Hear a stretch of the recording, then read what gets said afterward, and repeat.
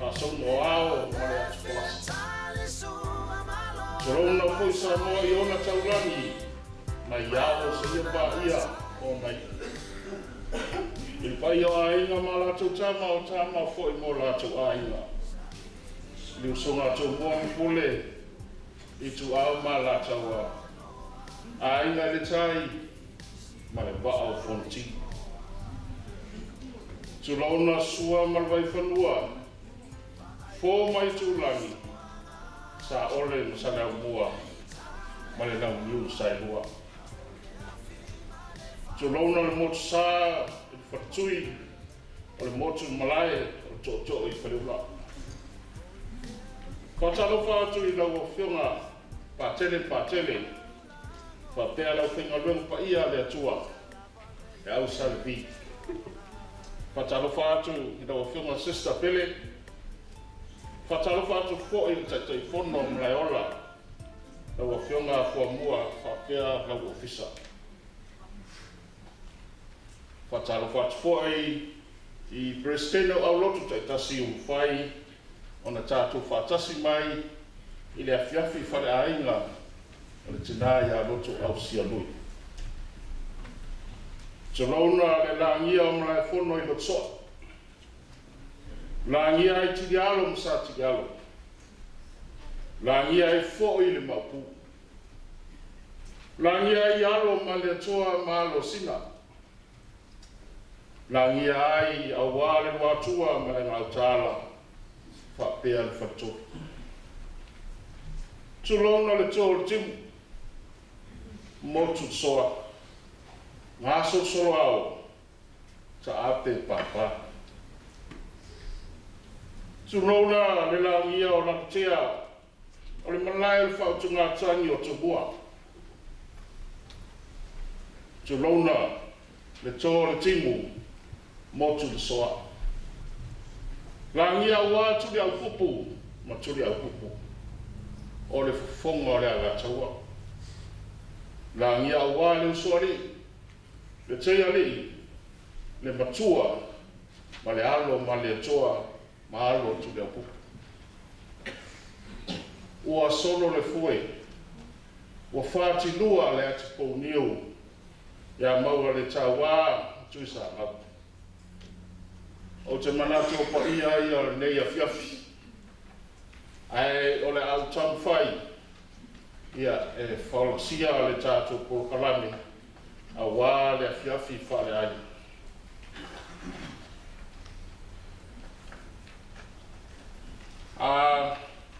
A mata le tātou sauninga. Tātou tutu lai. O le akosesio mai sā. Le fionga i a toa. I maru, la saunia e Memphis le tātou pese o whale.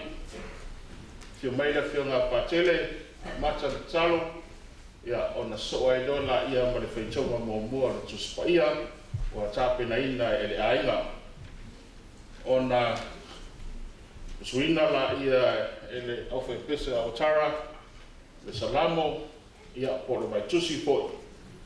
Ona soa ila ia ma le whaitonga lona lua saunia e le ainga.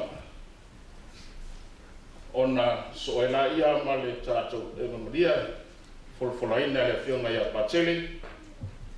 A mai ale e mangaria ia o le pese saunia e Mangere Central. A mai ale pese ia o le launga. A mai ale launga tasi le vaenga o le losalio ua tāpena ina e Mangere Central. A mai ala losalio ia ona avela i o le avanoa i le ainga o mai masani ia mori mau fo i o nei a fiafi. A mai ale mori mau ia o sauninga o tino maleu talo whaiu whaamamianga whaiu o na whai ula i o po i le pese a Mangere Central. Ia malia tele lava le tātou a fiafi whale ainga. Tai.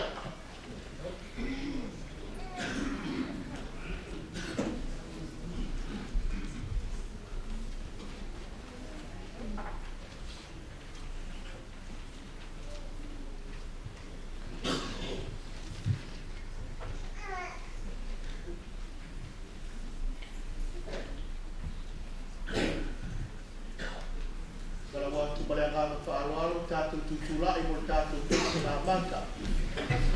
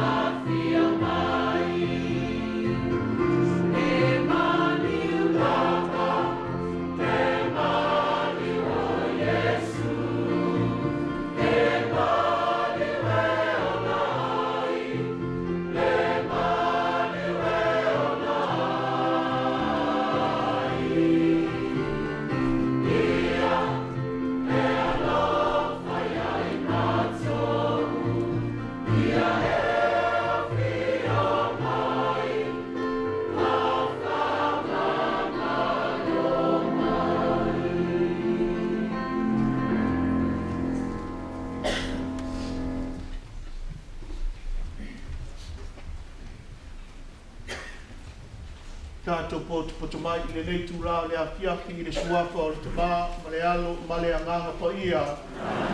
Ia whatasi le alii ma o tau.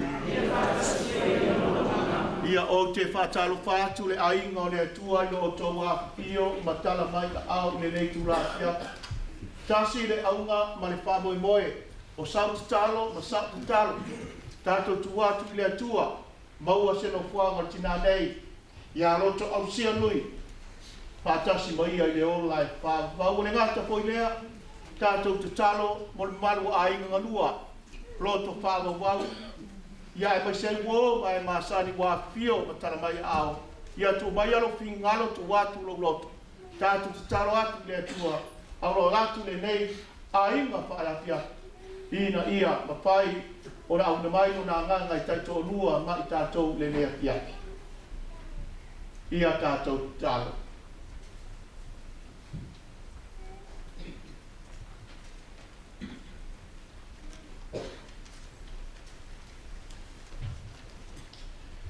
Lea ni ie, whaapunga maia I la mātou te talo. O le whatuino lo walo na ie watch, na e whawai nai lo mātou whātua tua. Ia mausani poi lo mātou whamoe moe o mātou tina nei, LOTOAUSIA LUI, e whātasia o ia ma ke riso toi tu. O la mātou o lenga lea e alatu lo mātou rio Iesu ke riso o walo. O le so I pua pule whātasi wala o whio le mātanga mare angana pa ia. O le atua e tasi, e whāwavau lava. Amen. Ia tātou walala ni lau, tātou whaaponga ia ionga pa ia a le atua.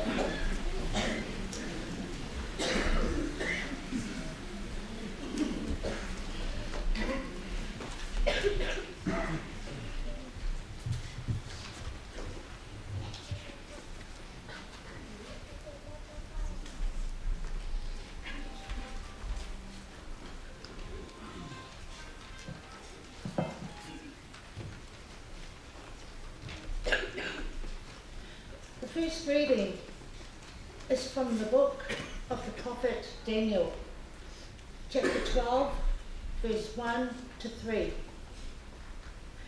At that time Michael shall stand up, the great prince who stands watch over the sons of your people.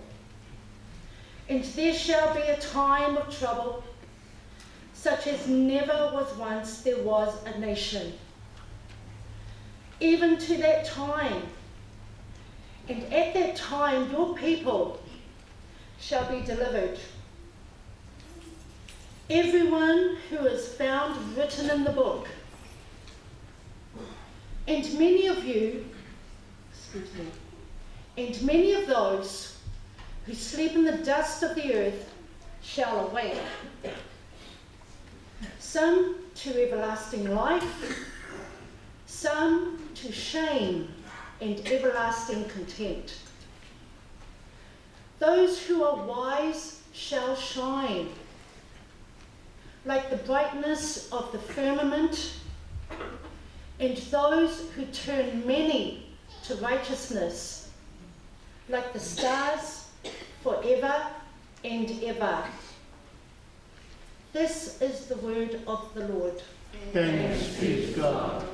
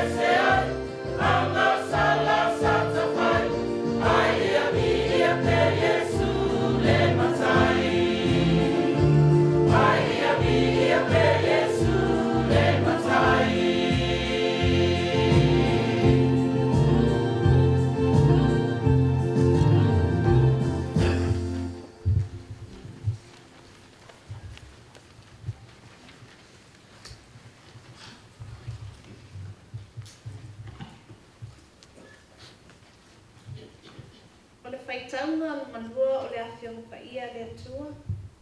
O mau maile le Roma School ma le whaa.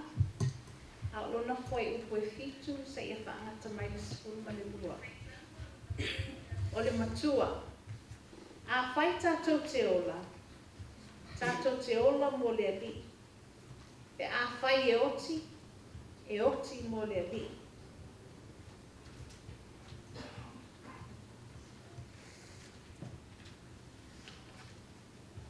A wai le eiso tātou e ola mo ia lava. E le o te fo se e tasi mo ia lava.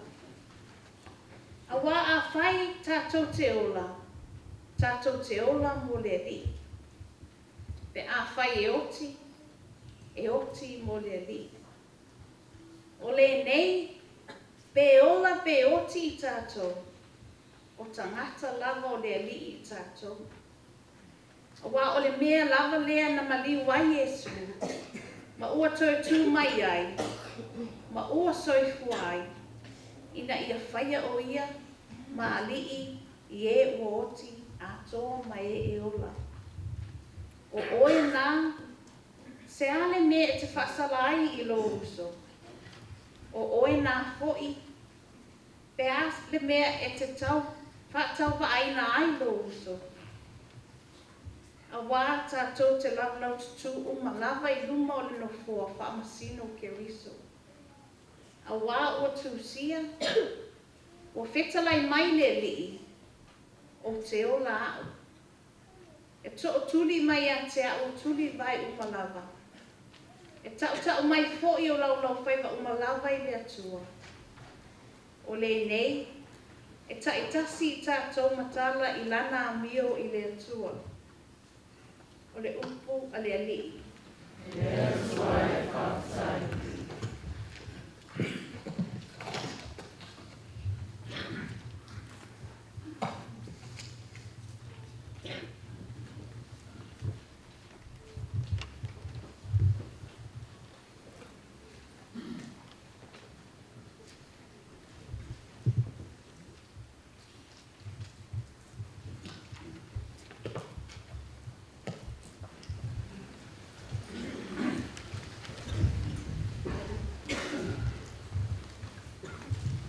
Ia whātasi le ri ma outou.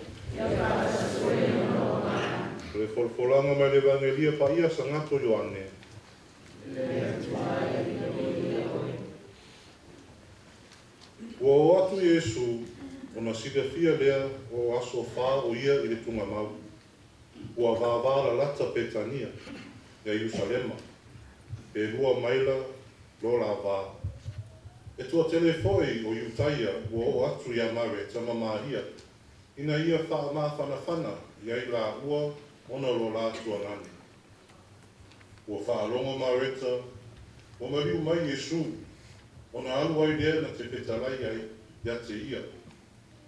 A ua nofo Maria I whale. Ona wha pēr mai lea mareta e Yesu.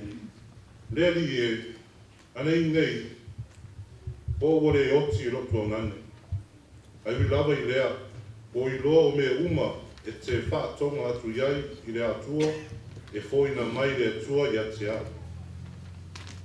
O whetalai atu Iesu I a te ia, e toi tū mai roto ngane. O whai mai mareta I a te ia, O I loa e toi tū mai lava ia i le toi tū i le aso mataanga. O whetalai atu Iesu ia te ia.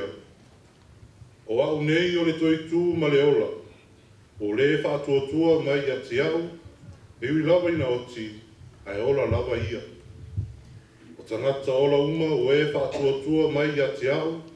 E le oti, lava e o i le whaalo wau. O e tali tonu mai ia i le nā mea. Ona whaapea mai le o ia ia Iesu. Io e reri ie. O tali tonu lava. O oe o le periso le alo le ua. O le mariu mai i le laloranga. O le tala le lei a le ani.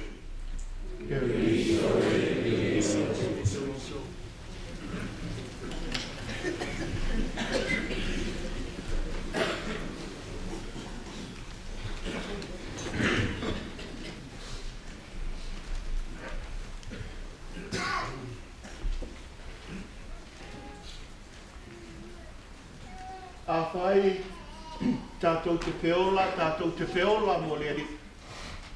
A whai tātou te whioti mo le ri. I le suafa o le tamā ma le alo ma le angara po ia. O ke karikongu o le ngeapi api o se api api malulu. Leo ke whaalongo aku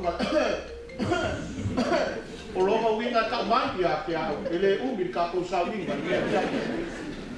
o ke makwai o pole kele I me pa pengai e pai o le malulu ia de mai ia ni ses ia ao loto au sia le wa fio o ia matala ao e ma futa malona te ma fa pe ko ro au kilo mai ia sia ia ta to fa pe mai e ka lo fai sia pa na le malulu au me pa o bia au ma mi pa o mia lo family service e mai ka mai ke sa o le lei pa kele me nga ai ma o kele manga fo e kosu pe fa si go ma lai pa sa no ke manga fa pu se pe au mo o e ma ke tinale o kai au lo ma sa ni nga muli au te tono ne piati pe no to fa fo ma ai so I fua ia sia LOTOAUSIA papupu ia sia o le ingoa ale mo lo aisia ia LOTOAUSIA I nei pa ulo muli al pa umi o lo masuapa o LOTOAUSIA ia ka ko ia sia o le pa po mankinga e pe o pa awai ia o nei lea ko sira tua so I fu o ia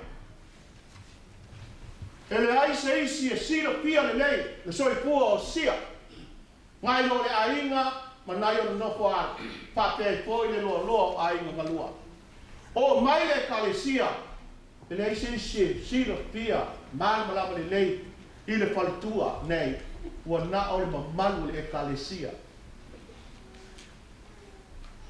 soi pua o ia tele nga wenga le lei sa ia faia na wenga pa ina leo pa ang mai le tua ia o malua e pe o ia leo uma lo na soifua o ia la pa le apine o le tua ai sea mai le tai lo le baptiso na fa pa ia ai le tua ia LOTOAUSIA ma pe o ia mo na apine a soifua mai o ia le na baptiso o ave ai o ia o se tas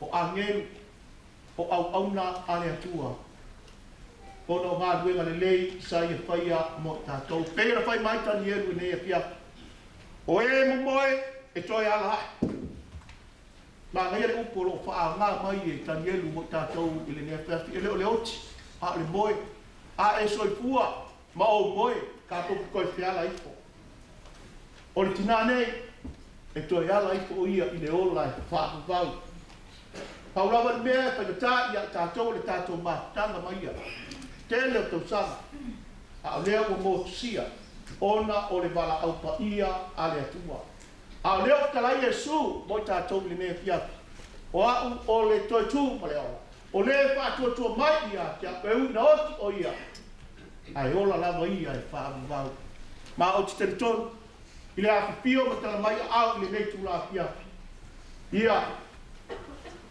o se tūlanga lea tau te sira mo tātou wāwa a iai. I le tina ia sia a soifua mai o ia. Tātou te talo la i nea pia, o le tele o moli mau, o le au tau whāpōga iai i nea te oi, ngai moli mau, e kura whāpōga i tele moli mau, ngai moli mau, i nea pia, o mga longa mai pai sea, whaiti le memo text mai, ia sia whāmole mole whāpūpū, o tākou a pōi, ia, ma, whai mai pai i sea, don't worry, Father, I love that. Short and sweet, not sweet and sour. Let's go use of what? Kako ka kalola. Ina I whamanuia lea tua I tinane. Whaafonga I mori mau o nisio a inga. O le a mori mau le nea fiaki. E whai lea mo mori mau soi fua oro. Ai maise a inga e toe tiro a I tua. Ia a soi fua mai I tinane. I le suafo le tama malealo malea ngana pa ia. Amen.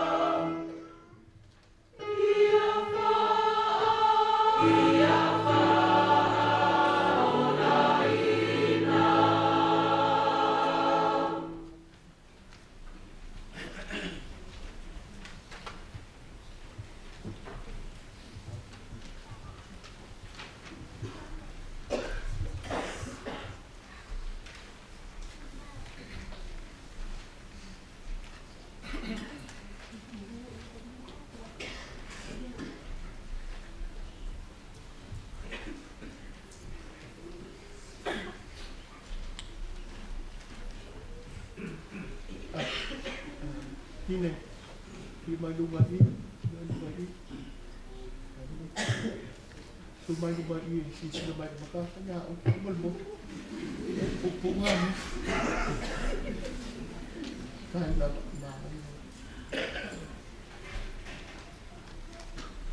ia ele I amataina se muli mau te wala o tu fa muli mole ia na umi ma tau sanga e o mai ru mai nei fa muli mole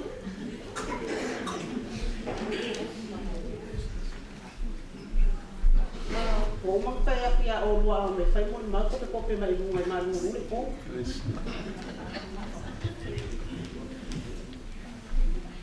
ia ma pe ia le tu le fio Yesu le Parish Fio le fio ngā pātere Felice, fio ngā ia pātere Tino, fio ngā ia sister, I whapea foi le stene au lotu e kālesia a Samoa, I New Zealand nei, pa ia ofisa ese o Tara, Mercury Central, ia whapea foi le pa ia ma le mamalu o poto ma fia lea kiatu.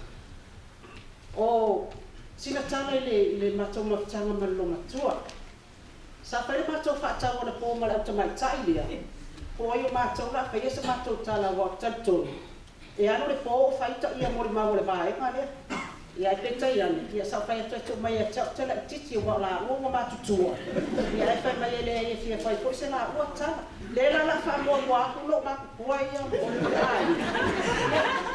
Na le tai lua la minuti, a mori mole, o maru mole pō. La whai whai. Ia, whatai la mo le wana noa.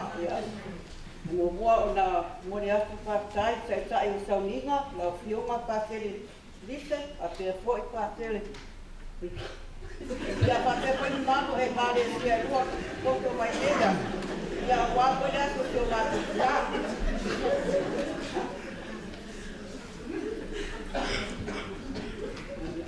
Ala abatu lola mori mau, ia o au, pena tō whāponga mai leo sone. Ia o lo suapo tau sanga.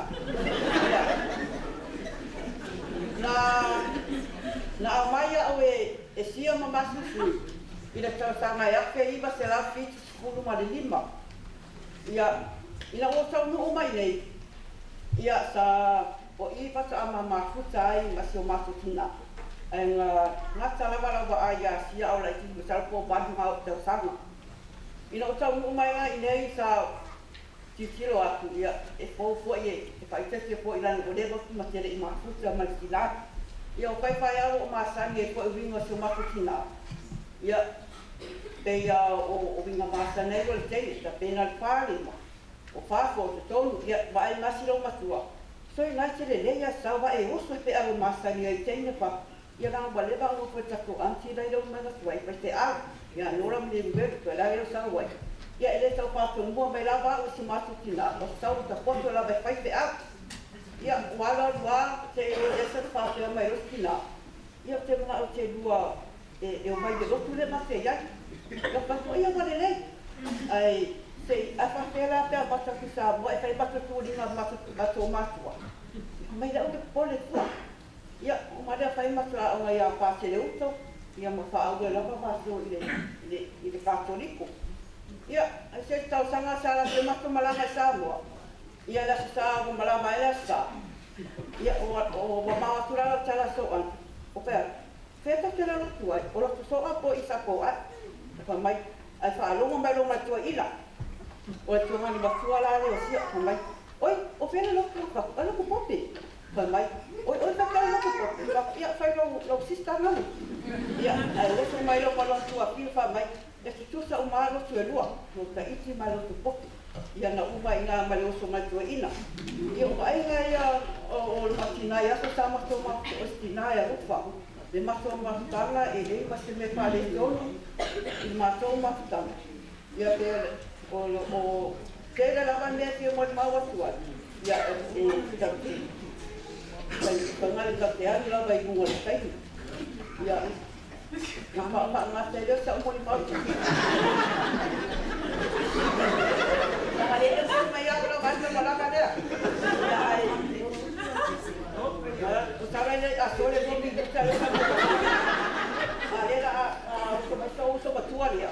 Ngā te whau nanga tunga mako umori mau. Ia. Whaptai lava me manuia lava I nei a kia.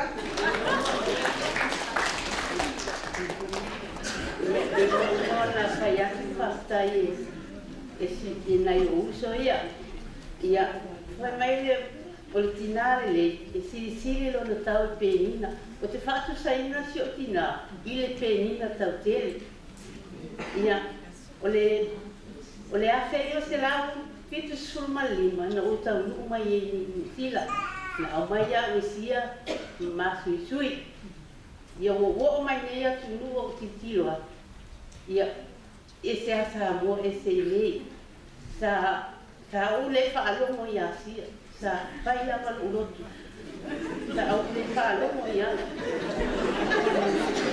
sa meu stai a whaakutai i le atua a wā ana le isia e whape ni po whene o whanua i uola ia au mai ai wa ai lo uola le lei nei manuia lo ainga manuia o tuangani le wa au mai nei mo uso o leo te whaktai ai ia sia lo tina na au mai ia sia whaktai au ngā menga leina e whaia moa malo tama o lo tuangani fo ilia ia e mai se o uso o tuangani o mai nei atu ona o ngā luenga leina e whaia mo i mātou ia whaapea ona ia ile lofo le atua ia te oe ia maua se unu fuanga tu mau i ngā ulangi ia sia o se tangata alofa o se tangata aile ngata ia se tangata roto mau alalo ia o te wa use tua ai tau to tula e mai se sitoa le whanau sia ia oto sa rapani ia la to tina o se tina loto mawala lo tele o na suafo a Yesu amen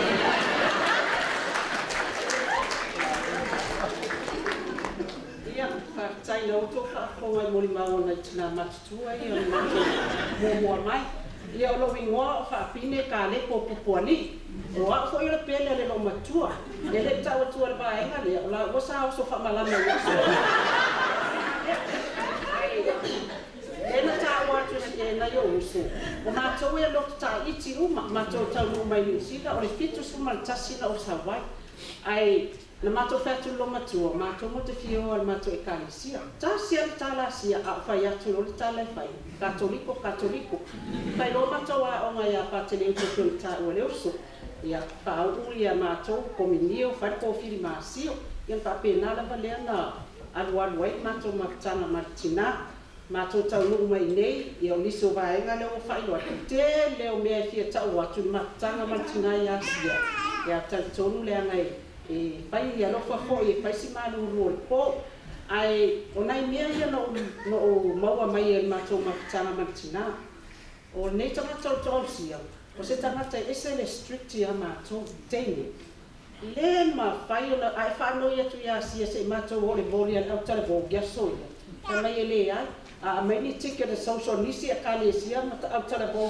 mo mātou mo tu e whea te mau te o na mātou ka mai le ai ai whai mai lelo matua martoina kau ke o ma ia ngā waku leo lai e la kaka ai o ia a ke le loko aka kanga la a whai kama sa le i ko mai ia no kiro le whapea sia kiro e a masu isu ia ngā whakawhongofoa le ka le anu e siva i la kaka ala ma kai ia o le siva ainga o le nei lo matua o se lo matua e ese ma le tumama ese ma le teu o le au le lei o lo anti na o tau sila sila e ionata o se tangata e au le lei teli mea wholna lo teso o e lo anti lo teu ia o tangata lea lena leo te ola mai e o la teu i o fo le tumama i te tonu ma whako i o mea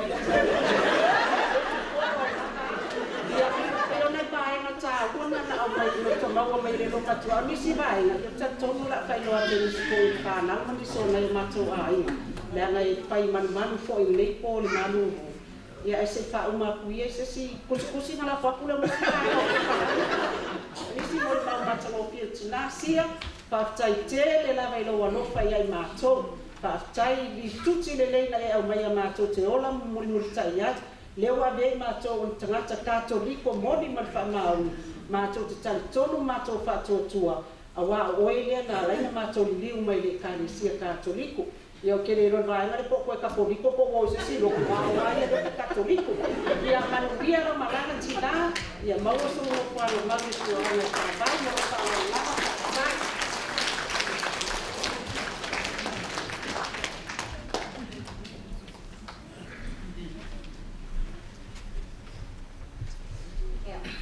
mais paki mo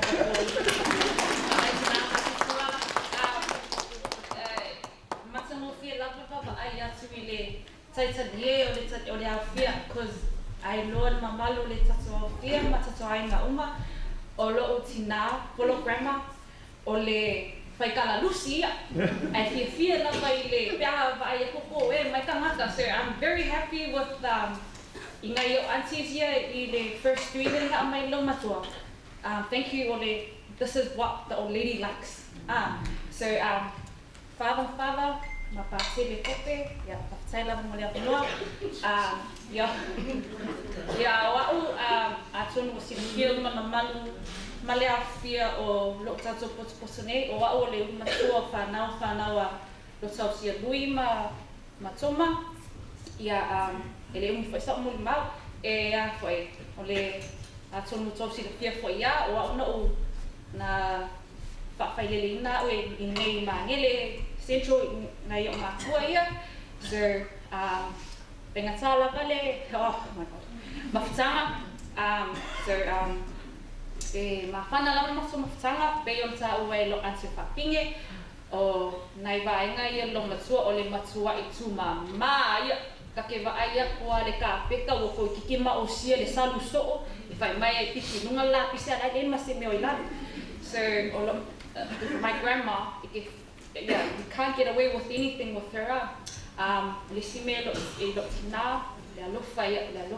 ya ma tse mo ila ve to ala iti ma to fa na nga ia but samiti umaya o fai lo grandma malato grandma whanau lea, o nana umai asia, mo ila vena le tua wha, pe to ono lan whanau, ai whanau umau o nana tuangane, o ta ua umau o ia o lato tina. O lo tina, I te mio lei tite whamatala mai a, sili nana alofa nana tuangane, o le ala lea na kamo ai, au mai uma whanau yang tuangane, ia tofu ale whare kama male ka mai kiki au mai ia le ala o ke le mako ai nei sila me fai mai nga ia o fa na tuangane mai o lai tisi yo foi te mio te lai ai na ta uma mai foi no macho ma ke storia ma se tina e ka uma mai ai le ke nga matsaina na fufuaina le ai nga pinge makale ko ile malanga o karabo ma salo sama mala fai o le voli ma fai numa la le fale ko ngaomi ya no ka wa kai ngaomi no ka wa kai ngaomi na ya te mela le te le o secret lo matua ngata o mai I kemi o tele titi ke fia fa alomo yang kala mai nga mua makala mama kua but you know, as we grow up, paule mio te whawhetai matu mawhtanga masio tina. O mawhai o na ia wa aia matu whanau, yang great grandchildren. O le mea fia lea sio o grandma, o le baba ai I fōlina ma alana whanau.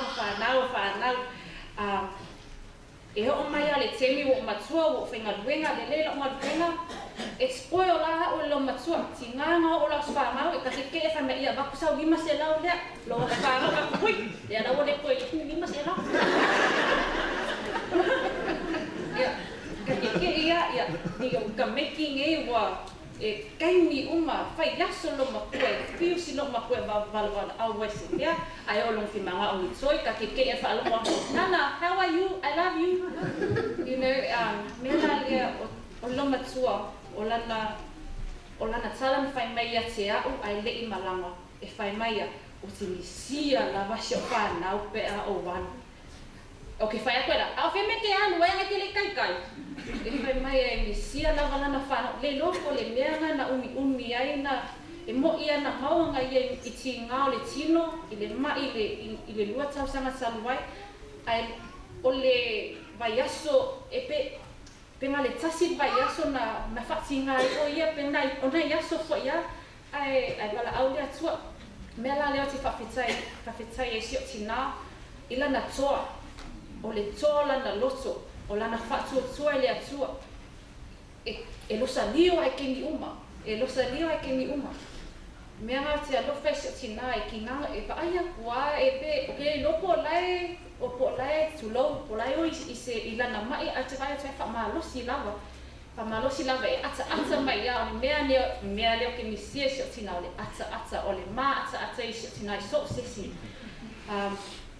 se mea la lea tina a whetai mo yonga luenga lei mo I mātou whanau e le ngata ia I mātou a whanau o yo tuangane ua manuia tatu ainga no ya oe sorry pang wa profasa mo but I'm trying my best mea la lea tina a whetai lo kai lo alofa malo tau si ia I mātou ua iku ia maluenga I nei le lalo langinge ai avia I na manuela malanga I will miss you very much oi malesi mea e pele lava I o tinala na I kalesia ai a utra mafo wani ole ese matumata fale lowa alu mako maka fale mea la lea o fa mavainga fale la matiwa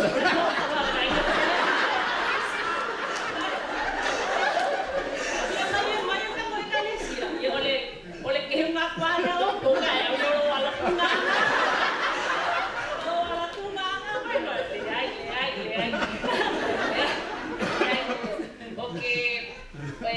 tenga sa lava le tausua ngayo matua I ekalesia o la toia na atina I na mai le ekalesia mea la lea e au ko ke pole e lo kama fa wau le maka fali paula se mea oia se no o bisi lo kamala wa maka ngai maka na si o ma mea la lea pole le lo kama fa wau maka fali lo tina ma sio sama ai paula mana mea awa ke so masa puku mangi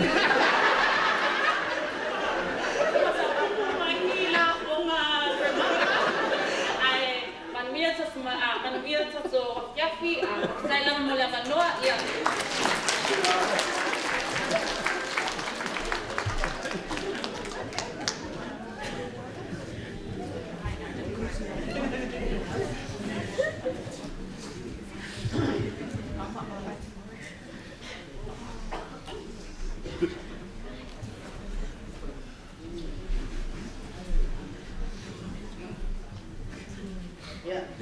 God is good. All the time. God is good. Yeah, sí, me decían pasina. El objeto cuando no hable de la sola tu celebrating la leona acción sensacional. Ya o lo vivo hoy muy bueno. La pancele a mesi calesia que un file pues muy satisfecho. Como ni maurina la situación maternidad. O lo vivo o pongai o lo na lua le o para o sua. Ya le foi só mal mal e pu va. Ya ole mama fitanga mal no matua ya e ma fana lava. Ni te o te whapea whaisia no fo I o ngai an pere de ai.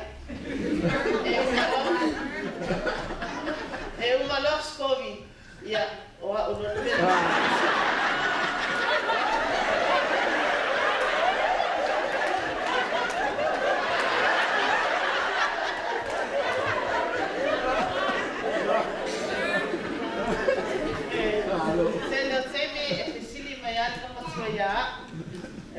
Banga ala matua te ale ave ngai yo na appointments e ave fale mai pe ave ngai e fo ma ya o te le tuala o te saula ve ave ngai O te vai atua I lona vai a te loa atua e whamalosi anga ia. E whai so se mea. Ia. Te mea e le I whai aso whanau. Sa o te sau ave ana appointments. E umaloa ana appointments whai mailo matua. Tāo. Alu bank e kala mai le kupe lea. Mapea la o se kupe e mai whaina mea ai uma o alu moli whare ai kangolo mkua mongo mai au. Mai alu e whakaiso mea ai peu koe roka awali. O whaile ai nana pūngalo kupe e whaio mea ai I vai ai. Ai le ai e kangolo mongo mai au. Kei nāngi no whaiwhao o le mea e kasi. So se kei milanga maki e o ai, maki o kala lang kupe. Ka mai, aongi ka ua ia, ka whaenga ia ia, sea, kua lita. Ia kupele kongo le kāta. Oi ia, ok. Ia, o ki whai apo I le ai nana. Pūnga e whai o mea e whamei le ai. A me whai whakai nepi a ka meki ma whakai lako mea ai. Ia.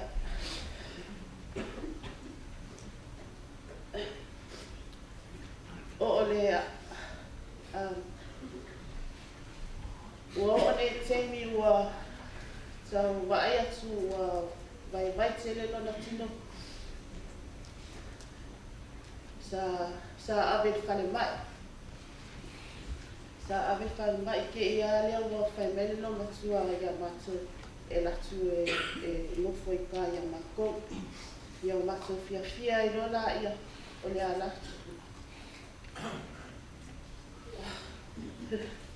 Ia o le matua o le fia I matu whanau o ma whanau. So se mea e vinga tuaita meti e le mawhai lawa na tuua e le matua.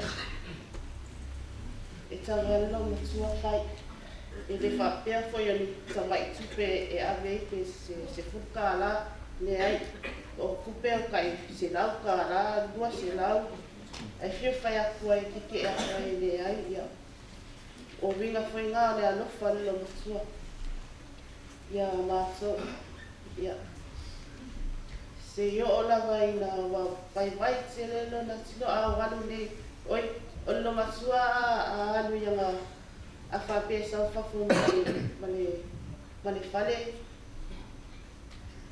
Peto tolu, peto o lima tanga te si ia ngai ia e le mawhai la vaenga ia o na si ngai I whafu.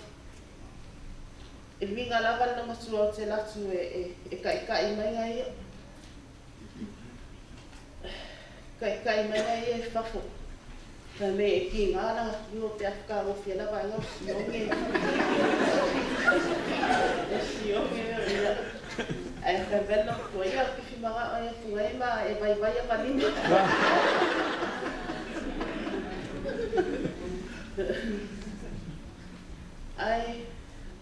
Ai ua le mawhai lo matua na saliti la teminga pe ua toe o leo te maitanga si tu lo. Ai ua lewa na fialu lo matua ai la whatatali na wase ni ongola. Ia pe ua vai aso talu na ongola ai ua vai atu ua le mawhai lava na saliti ngā tino lo matua. Whapea le lopora awala le atua o whai ona latu ai lo matua se mato mafuta I nei masina se ua pe tolu masina. Mafuta I lana whanau na iti. Ia, ua vai aso ai whai lonan whamawaienga I te mawhanau. Ia, tanguna lava le e tira.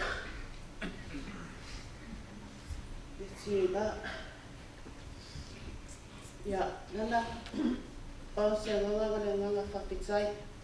Whapitai o waruenga le nei, ua matua manuia o mai. Ai mese e whanau alo tua ngane, whanau tua ngane. Ia, ai sauia I nei adu. ia mauso ulofa ngā awi lua lani, nana, ia ai alofa atu tue ina o lewa le whaatari mai, ia whaatai lawa mo le amino.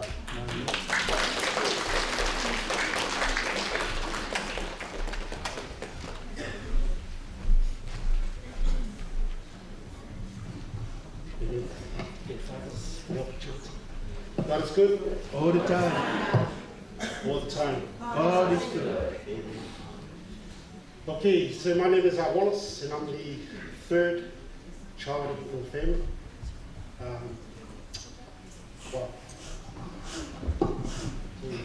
So anyways, Mum, she was a very strong woman. She's very caring, very loving, and one that always had a lot of pride. She's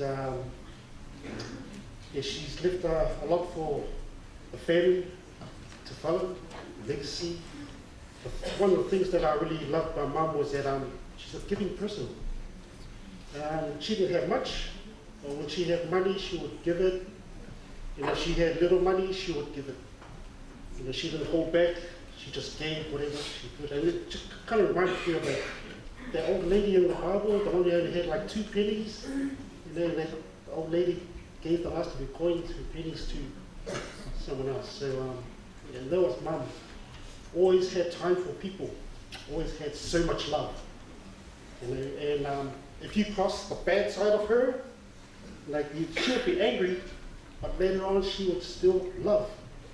And that's the thing about Mum, was that she never held back her love. She would show it, but she also showed it through action. So and I just noticed one thing. There's something missing from this coffin, and it's her blue bag. It's her ATM bag. And everywhere she went in this ATM bag or this blue bag, she had her money and her purse, and it's pretty hard to taste that she doesn't have it here today. But everywhere she went, she always carried that blue bag with her. It's her handbag. So yeah, I'm very good. But anyways, the other thing about Mum was that she loved her sports. Yeah, she always got, she was always supporting no matter what team, whether it was rugby union, league, netball, anything. She didn't even know the players, but she would sit in a chair and just watch TV, support, and just get angry at the players for nothing.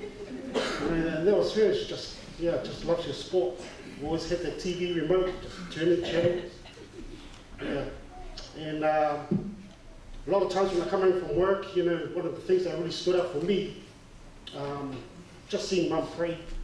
She was a prayer warrior. She was always praying. So when I finished work, come home, she was sitting in the sitting room, just praying. And I think that's what kept this family really strong. The bond, the connection is because through her prayers. She just kept praying, and you see the results. You see the results of the family coming together, and when you see that, you just see her love, everything about her. So so that's my 2 minutes. Mum, rest well, sleep well. There'll be another, there'll be a day we'll catch up, and we love you. You'll always be in our hearts. Amen.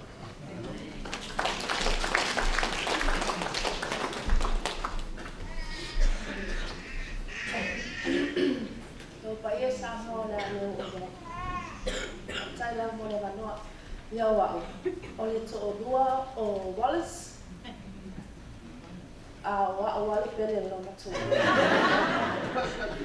o tasia se upu te fama mafai no le afi o le tosi ino le lo matu ba se upu se fama mafai lo tala lo si ino ma le lofa ele fatua o yeina e lofa so tangasa o le pawan mela o misia se otila o la misia le ma tina table be no itu la tolu tula o fai la ma story e o ai o Samoa le foi o pamo e matsa ye o le mea na la misi o le la sone na fai le tua tato te o le ma fifi ai e le sia so fa no no le lo matua e a foi le no na lotu tau tua I le atua malanga na luenga.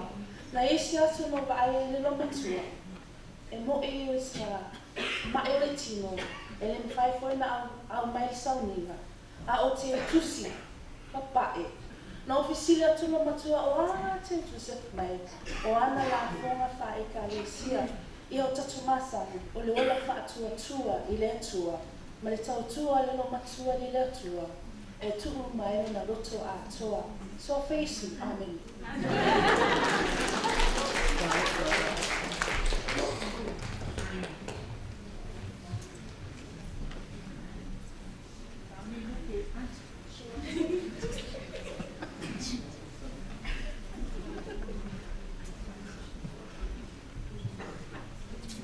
God is good.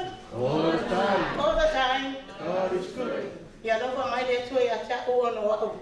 Amo fulu, sorry. Ai, potau. Lucia tue foi ma le leo. Oh, sure. A lofa le tue so ta la. Ya lofa ta se la fioma. No ma le ta le sia, sia. Ai mai se la fio poto ma le tu la. Ona le sa linga pa la hai no se o ma to tuna. O le uso. Por el mara. Ta lofa. Tal falai. O au sa ko no ko pe fai la mo ma. O no lo leo. Ai o te tonu. So I fu ale ali. E fu ai mai le leo tanga ta fa nga. I tai ni nei. E mua mua o no fai no atu tanga ta. O no ingo. O so papa mi lo si. Na jok. O au. O lo tina. Ma le tau mau LOTOAUSIA. Ke us o le tua whiwhine, ma le tua mani. First customers ma ua ma LOTOAUSIA. Ai to oa fōri tangata. Ma tua na mato ainga. Toe, ono leo whai langi leo so ya LOTOAUSIA. E noe ai, le uso na tua atu ia mahua. O lo uso lea, o lo i Amerika. O le ma whai na tau mai. Ono sila fia, ono iai nei, te wha amaki, mani saa olo iai nei sila. Ai tai tonu, ono oia tatalo, mani manuia le, o sa minga, ai mai se opo whanga unga mo le uso. O sa utala le mama whtanga ma le uso. Na maola whatasi mai ina ua amia ma tatinang, e tau sanga ia whiga sa lau whaolo, na o le lima o tau sanga. Na maola whatasi mai ai mona LOTOAUSIA. O se mea whenata. Kona maola, e tele mea mati fifi e iai, e tele ko I mea mate au. E whaare tonu ai. Haua a maola e whaite au. A whaare tonu. E o te ia atasi a maua, pe whata atasi a maua. E le toi ino. Ia, kona maola mai la ia lea mo maa. Whato mo mumu whapea. E sangu ia ainga. Foi te au wa kei. E alto ina. E pele na vale ko ma LOTOAUSIA ma ua. Fai na tana iona na ko pana uma. Wa e to ono ma to na ona mai. Ilo ma to tina. Se furu to tau sanga. I le iba ma sina ma to. Fai langi no ma to tina. O ma to uma la na ona mai. Ia wa to we lese ma ko mai. O ma tu ai o LOTOAUSIA. O LOTOAUSIA na o me papauta. Sa o ma tu na lua. Na o ma le o ma fai au. Pa o ngai nei e papauta la o ma le atene. I papauta. E toru tau sana wa o mai. Ngai oi ma o fai. Ia, ono le tamata e fia tele ma futa I no atua. Ele na o ya no mau. I le afi se lau lima. Ti mai ba na malanga mai e lo tua mani. Tu so ma tua mani ma tua lia. Ana tu e au mai ai. E musu e sau. Fa mai le ama. O e a sawa o e tau sia una ma tua. Pe musu e sau fa pea. O ia o alu ka fa pea ta to ma tua. Pa to tele no. Ana so I fu ta to ma tua. Le voi o tele o ta to tua mani. To tele ta to wa ai. Ta to wo ko. O au la na mua mai. Na mua mai lo ma tau tua ngane. I la fi se lau di mai. Ai o sa wai la fi se lau di ma fa. A fi se lau di ma o sa le stu ngai. Ai a fi se lau ai ko di ma sa le stu ngai. Ai a fi se lau no. Malanga mai no tau sia. O se tangata au le nei tele o ma tau lu. Ai ma sa. O se tala lo fai atua. E lo ai au le nei. Me na talea. Na o ai le limo le tasi tele o ma tau lu. I a lo tau sia. Ona lea. Ona ole au le nei. Lo tau ma walalo. Anga madu. Ma le fai ai ma. O mea umai ia. Nga mato te ai. Wa au mai ni so tina o le mato ai. Au wa e ia le pai le mato wa, o le mato nu i tua. O ina na le asu mai le pai se tu no le pai ia, to i fa. O se tara pai atu, o wa fa mo. Ele sa de pelo no fai. O fa na le ia.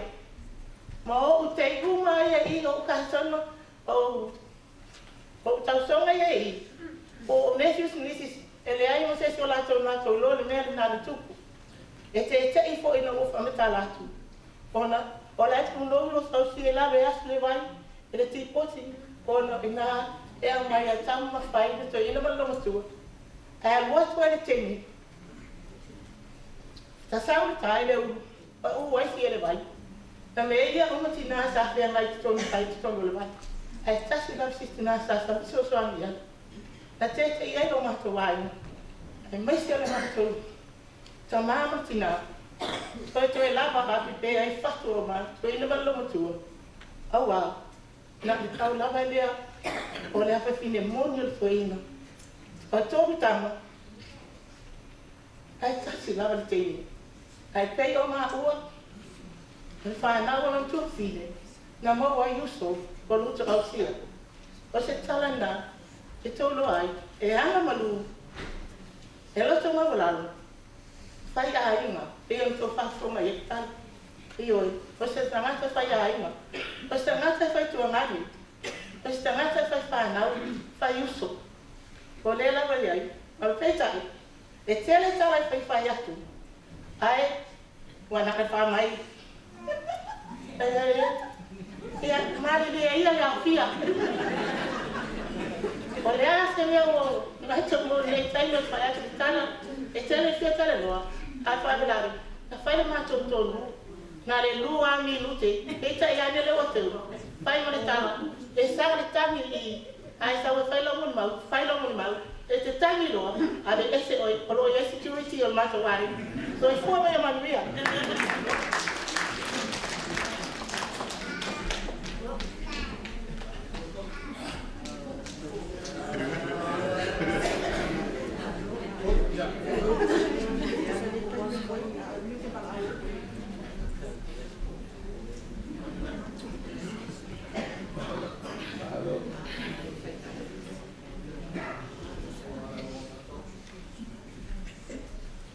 Hello, my name is Margaret. I'm only going to be up here for 30 seconds.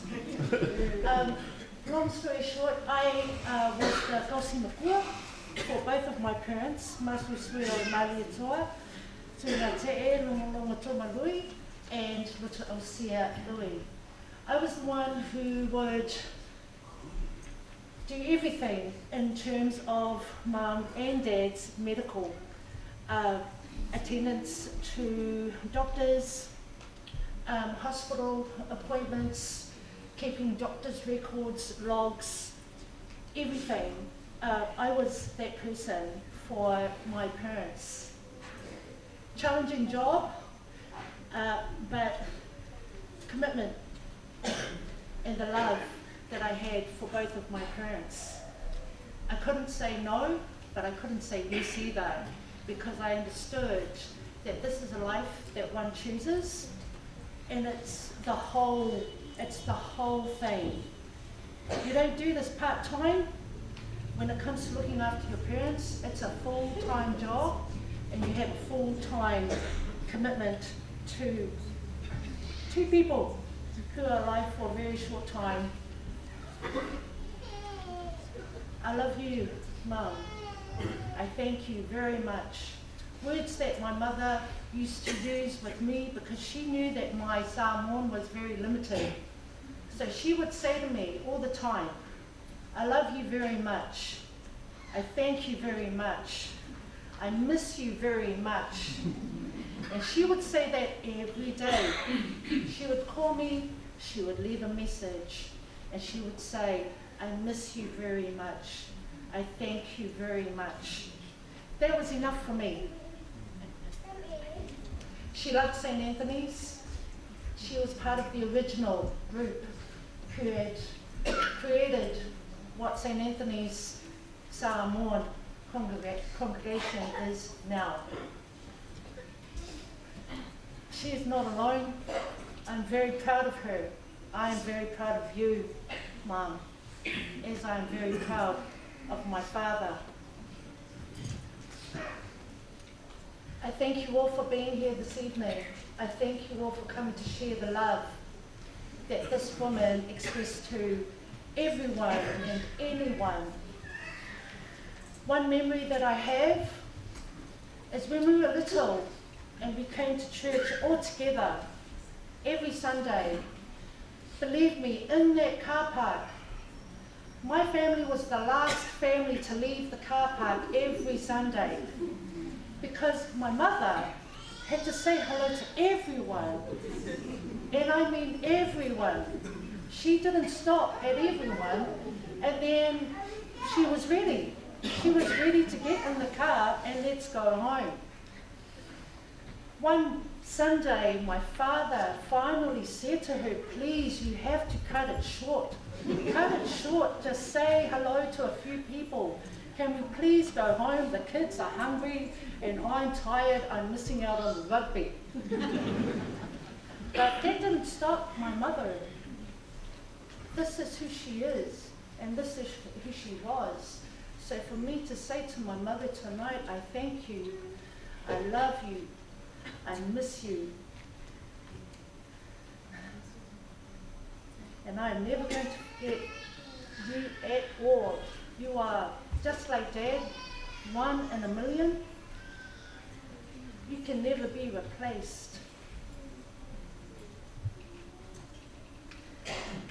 I've served my purpose with the 2 most important people in the family.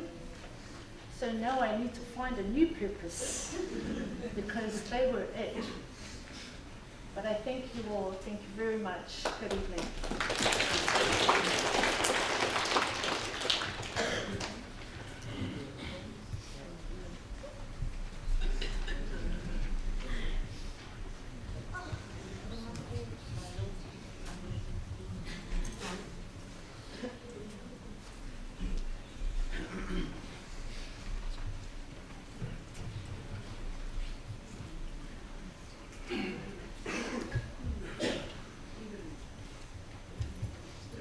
Lea mal whaaloaro. Ura ia puai. Te whaisinga mori maa puai, kau kua ki ngā rainga. Kau kua loko o sia I kōa maa puai. Whakuro waku le whio Eucharistia, lak nā kura. Pe fwoi whakuro waku le whio ki ngā paia, kupo le rangi malu le rangi naka ngā kua. Whakalo whaku le whio, pākere. Whiga fwoi le. But the formal level of Viola. They have the 45 copy to move up the skin with Kalishi and Fia. Mano of a Pessi on Pula Falupi. Or you cook away one, my Nicola Fiati, while I was sounding of Alaia, or Valapaya working up. O Masu Sri sound from working arm and Lumpola. Or you show it up. My koe awau, ka whangau le koe la, ko sia ma ko whakama. Masalo se meo le, lin mas fulu mar kolu kau sang tan wai. Kos meo kasiba o wanu sa ngu whai. Sa koe whare o masu sui molo kau sia Grade King Street. Sa whai Parish e fu St. Joseph, ngā vai kau. Sa makung mo whai ko kolu, makolu mako ai masa makung mo foi ia ko sia masu sui ole kolai ia ko kau Ola fiongo ia fa ko mai te. Ia mau ni. Sa ve ida wo ni mo maku. O ngā fu sa te wai mako me fai ni wa sa fai ngā rai ka. Ya. O ki ngā ni. E pe on mori mau ni si o fa ngā o ma. O le au le ia le lo po si le ia ka. O le au le ngā si ngā o mai sa. Ya. E fa mau i ka la ia. O se ngā pa si ngā o le misalo ka si le ngā o le la ngā wa ku. Ya, o le makoka. O le kua aureanga. Pai le o kala o ke rei pe whai whenga. Pe whai whenga i roe si ei. O mai, pe ngō kisisi le akare. O le kua aure rei au. Ai pe whai whenga mau e mau suire. O nare mai rei ngā whai mau suire. Ya, ai so i o pau au. Ko finga le ko fia wai a fo ye do ko fia nga a sama ko mo foi pa ya nga vai kau fa ma o ngi ki nga le vai ngo ma ko ki nga la si ki le se ku ka ko si le u ma sa fo ya u mo nga vai ma ko ma lo si ka fa wa si ku lo ma ko mai a ka pa wala mai me nga a ka ma o fo le fia pe mai o fe fo ya ma ye ka o lang kalanga ma ka inga wo mai le kungi wo ese mai bakai sa fa no ka fa le lo ko sia ma si ma ko poko fa ma ko fongo ya ai le va nga le ko fongo e le ka la si kulo nga ngo fongo fa o ame io e ja io ma ma la nga ka pe fa si nga e le o le file mu ko le tinga ya dua ya ke wa mariu masih sui ma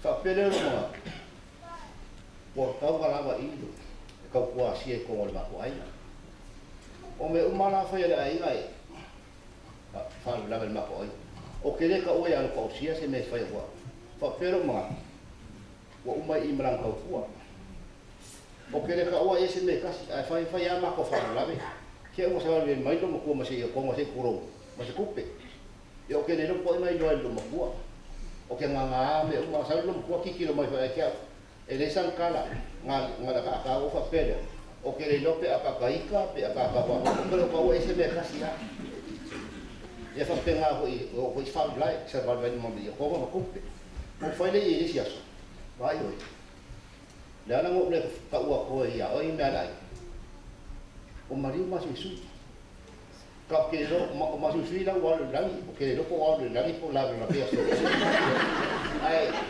ora no me fa na lo so ma no si vai la ko maru ya nga ka le ya an wol ke wo fa no lo wa o mai do ma ko ngas ma ya fai foi si fa la ma ko ai ya pai ko ngai lo ma ke ia kuria ku ka makiki mo ia ko se ulo ma sere o isi aso ia ma ka le lenga ko la ia mo isi va nga ia ku pe ma ko ma so sangi na o me nga ke lo ile lo ma ko ko ese lo ko lo fa ni lo ma o po ia lo fa lo ma ko o si ai nga o ke fa ma mi mo ma o me la le fa fa kai ma ko ka ma ko ma mo se te kinga ko lo fa ma sa o pa o de ia nga ka e foi nga mi mai o a mi nga fa ka mari no fia ka mari i fu ma ia sa wa ma la ma pula ia sa o ma mo ma wa fa ma mo le ai sa pa le skol ma o pa si ia fa ka ke le ko ko le ma ko ai wa mari di a ko le ai ngai me o ma sa fa mo ma ko ia o a mi ma ko si ia fa ma nga ai ma ko ka mo e ma ia ma ngia la fa ngam la ia ma ngia fo i fio nga pa ke fa pe o ia le skei ma mo fa e ka le si ia fa pe fo ka ko ia se mo ri ma le i ma ngia ka ko fia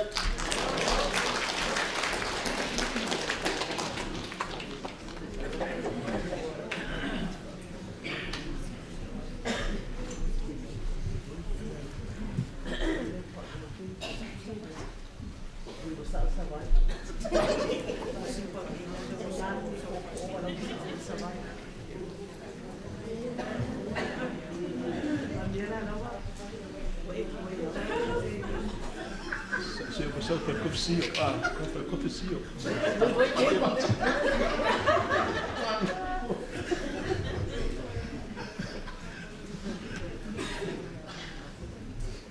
Manu ko le anga wa.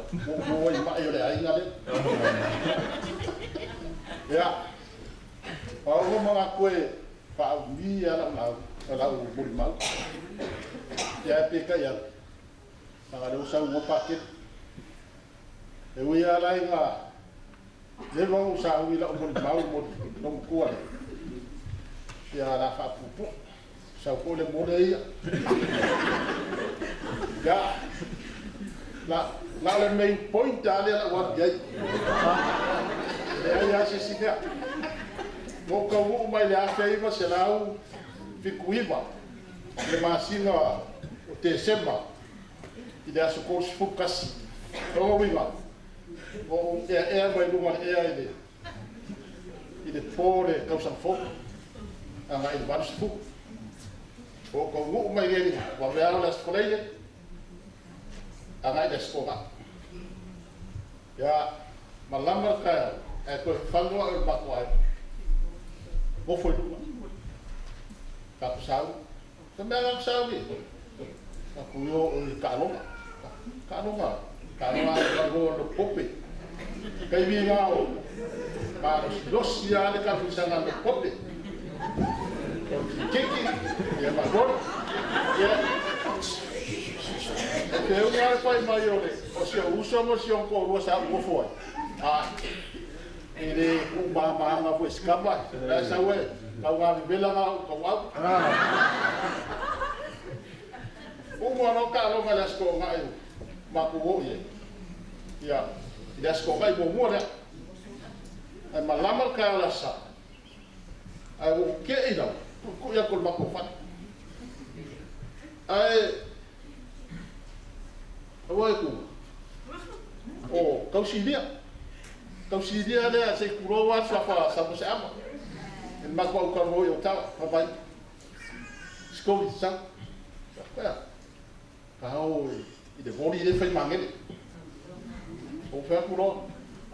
Se o ke de body la sale, e de ka alo mako la sale. Le la o usida ke ka o ia ba le na. Ba le wa sila kau si dia das ko ai ko ko. Ele ma ia. Ele si la moi Mangere o aku ne. Pero abai mai pero sa mai ka abai mai ya.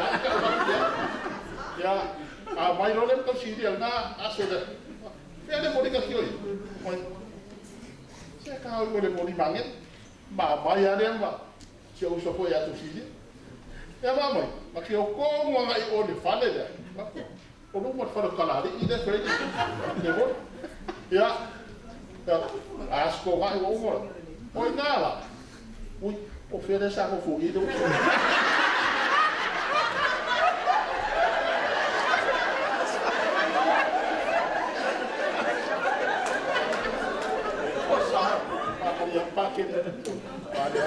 Se sui me apa pun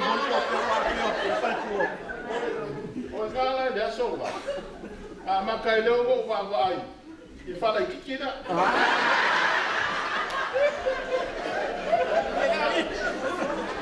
Ya wa wa. O ma ya. Ya vai ken funga, ele ia ni meu ken fungia.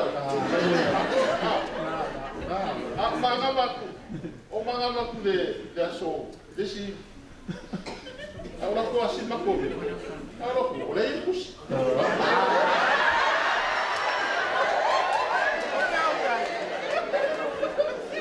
Ko le amarikus. Ya, papel lá ia. Aí eu só kusi mai sa mo se pa pa. Pa gemina. Ele que foi me vídeo aí, pero gemina. Ya, o kanora o faito. Oi. Ang karap. Ele sa may sa pa ela pi Mangere wa.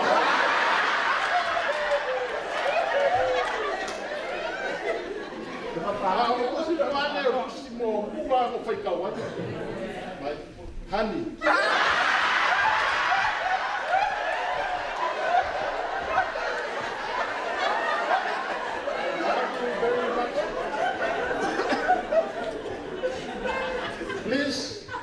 you to come this weekend to meet my parents.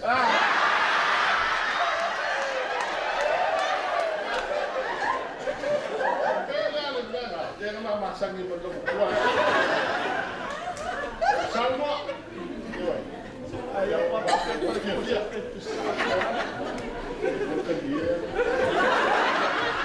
Oh sama. Sama ni. Lain bah. Sama. Oh sama. Ya. Pak dia belum kuat. Ya, umur saya bukan pak dia punya. Ya. Kalau dia kuat ya. Tahu mai loa ya skoi ma masusu ya ni. Ya, umur ka masusu. Mai loa ka skoi. Ya, ola singa le lo mo kuat. Ola sakkan. Ya, kali mai loa ni ika ya sia. O wa kuat. E pede fia ele. Ya, kalau musuh o famo. Mai lo ya. Sa papea mieli pe isi wolle ya kai minga papea mangere ada kam komi fo desi piko ya le amakan kawaha ya melo ko ya sa papea mieli fo isi wo se kam ya le aya wo le ba no fe wa ya o mo fo fa le ya ka melo lo ko ya la ko ku pe se decide a pe Dia pai wo ya. Ya. So le ele o mangu kale o ba. I find man I am.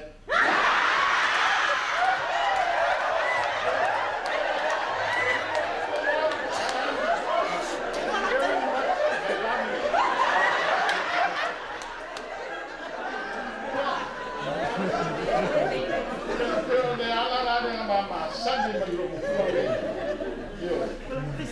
Olha, foi mais fácil. Mas se vai nada. Olha, pele lá com o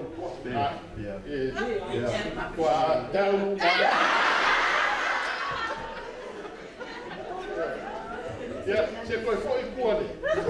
Kami na, o kadia o lo. Ya, o saune. O bili mai ka. Ya, nela ola ku ka kio soso. Ya, até foi bili foi mai. Ya, eu mo mori aqua. Mas eu sou de o que aí. Ya. Agora como ele be faz isso. So ninguém não conseguia lá era uma só por cá deu sim ya olha se vai o que vini foi o que a faz mais ya pode agora como os coinhos mais susui lá quase sei lá vai uma se vai ya coi mais foi ya o ar mo fa o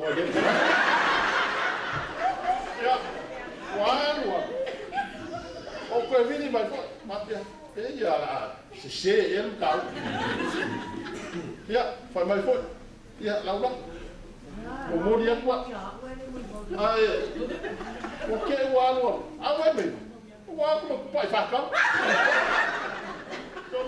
ya o papel ele é uma qua se ya o sa o papel e aí dá que ele foi falar ya o vai no infale Kalau subuh fama vai ya, selo ngala ke sau. Ya fa malu lo fo le ko inga mal lo ko na vai ke be ya mo mau fa pinga. So le no mo kwa e mo kwa ko fa ba ai dam fa ke. Ya. O fa ku. Alwa. O fama vai lo rispo, ma fa ka ya na wa. E o ko ra we. E mo mo. Na o be na o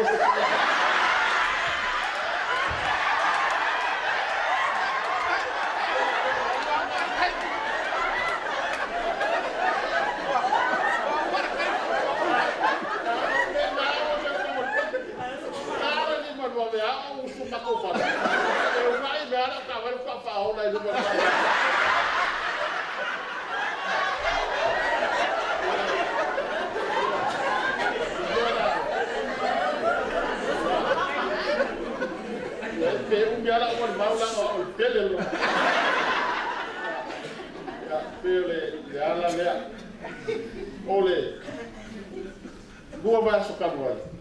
Ila so sa fa. Sa pesen pa ko lu. Se kaya esere ya o wana kaya. Wana lunga o woso la ka wana di kati. Sau wana ka toi pa sa mo de ye pa kau ya. Mo so fa ai no de papel. Sau mo di mai e faida ki kaya o de. O ko ya no ai forma. Kau kudin makoro. Oke ya wo ko e fo mai o sau do makan mo mo no. Ya wa lu de wo de loko ya mo de fongo. Ala sa ko wa de makan mo. Lu makan mo mo ko fo makan lo. Pa. Ka ko ngama o ila fa na dai. Ka wo o ki nga ki ya o fe e o ki po e per ya ai per la sale o ina o sui le lo o guardo ma ko fa e per la sale a so fu ave fa le vai so como ale pa o dole ua le mawhaia na lunga loma kua a makano kausi. Le mea whai o kale loma kua. Le loko kele. Ia na whangau e nei se o si ia loma kua kausia. Whaia ia me kausami. Whaia ia whi au. Rai ma se me mbako ki ngai ngai. E anu ai e whi mea. E le ngare pewa moni maukoi whangau. Le lo makua ni a wan sa le fai mo wa e de po mai se kupelo ko ya ole ngumel kasia lo ko e le sa fa nga uya ya da wa nga ya na wa lo fai lo makua ole lo makua fo le lo makua ka lo fa ya sia ya mabuia la fai la mala aku filo isi aso duma le agua ma farol ke pa polea ke para au ko na lo vai pa que ke fa maria o que vai lá agua ngai ko fa finge ia vai se uso ka ko pesele makulaka mai ke mai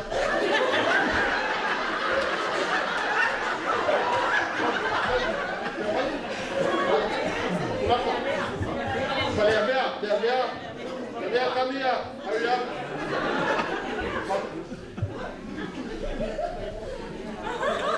Ngai fa figa ki ngai me nai. Vea. Ko mani. Mai. Ya. Ya pa fia mai no, a fia mai no, Fia mai no. Ya. Mau mau kau si forma mai pa o mai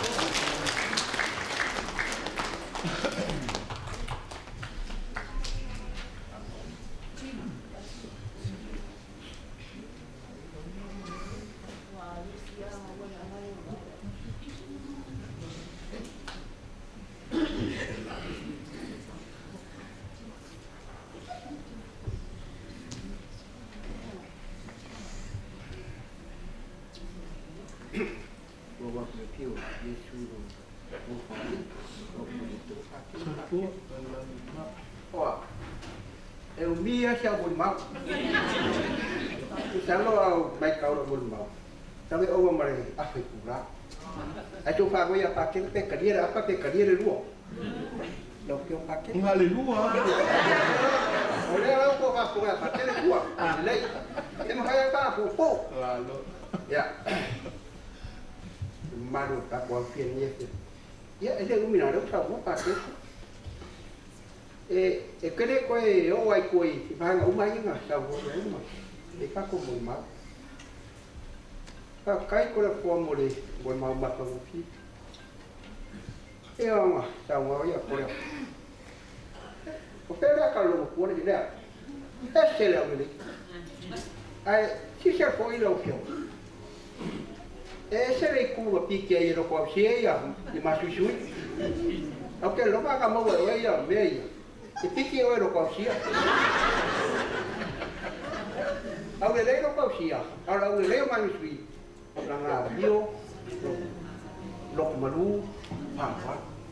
O le kulanga ngangai, o ba masui e deska kaule, na o ko sifira ya. Au le kunga piki masuisuia, ero kausia masuisui o ma kamari o ko iwi, malu, pakai.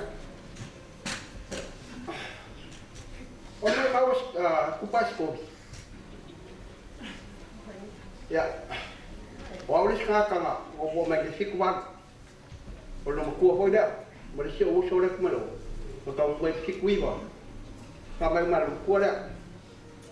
Ye ka mo mera ku pa o lo ke nge. Ye de no kam kara ku pa yo ngawi. Al kasi da kanga ka. Ko sa malama. Ga mo mau ya. Ngai o ko pati ngai ngo mo ya ka maru wa ki mo ba wi ngo ya ake ya ma ko ko o me de mo o luma ko ka sui ko ya ko o mai pa maru wa e sa mo ma wa nge ya ore ka mo bu ya nge ai ai ke wala wa kui pa ngau wa nge ai e sia ma ko ke se ngau papukun na kere bulma ese ma ko pese de ma ke ka ma ga ya pues ma ko china ka na ai ore se de un gan e un mara so lo ma ku ya pa ke ya ko tinga ngo ka ya ma pa ya pa lo ko e ke se pese por caramba a lo mai ko na ko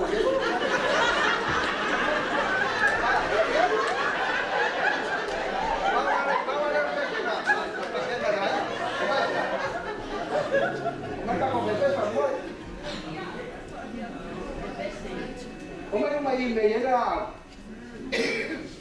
a quan Se ko pa ne ko psio pa.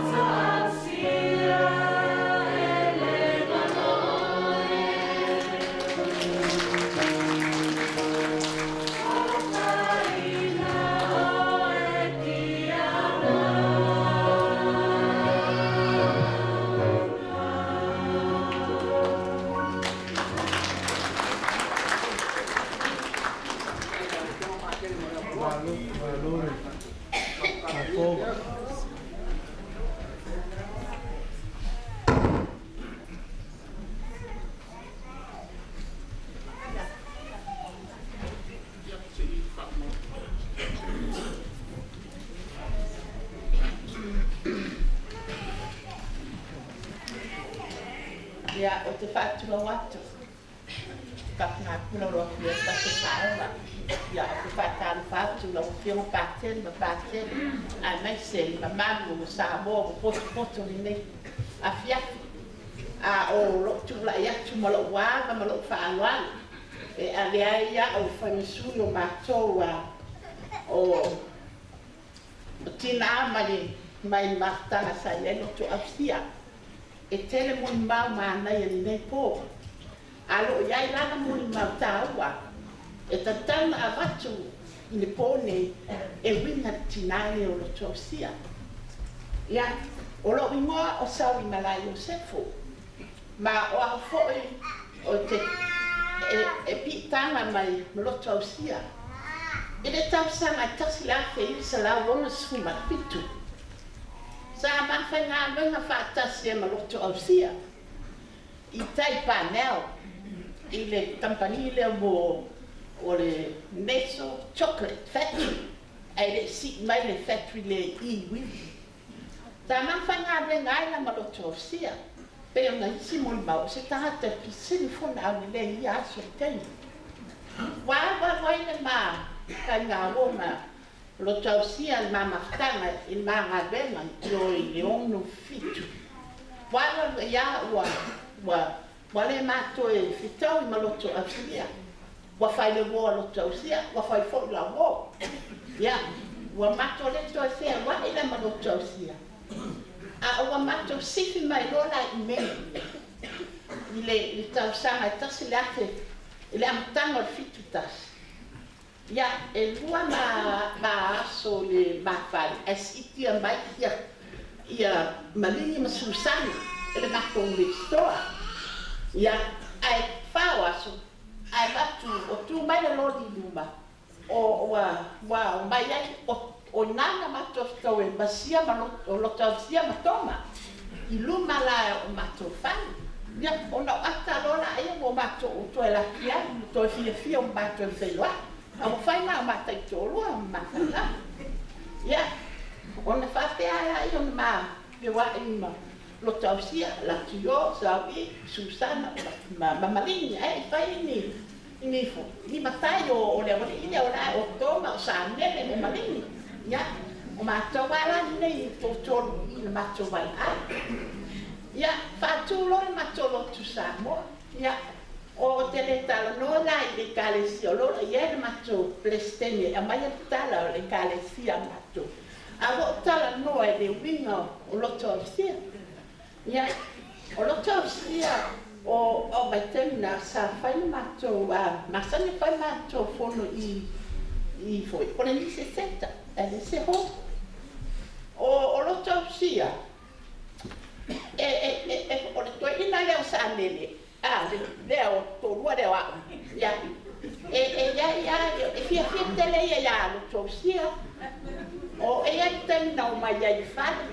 O la te vai o tamai. Tatala whai toa. Ia e mua mai ia LOTOAUSIA. So mai mālofa. So mai whapau. Ia, o whai atu ia. O whai atu fo ea mani mamani. O whai atu kāonga ia. Ai whai. E nei mako me mako kame, mako e fia, ai, foi se ko se la ko kama ka. O ko fe ko maka. Nga e foi lai. O lai nga koko. Ya wale sa no ya fa pau. A wo mai nga o ko sia malufa. Maleni ya le na sa. Leo. Ya, o fa. Ya mai nga ngai ko le fa. Ya, wa se fa na ku. Ne.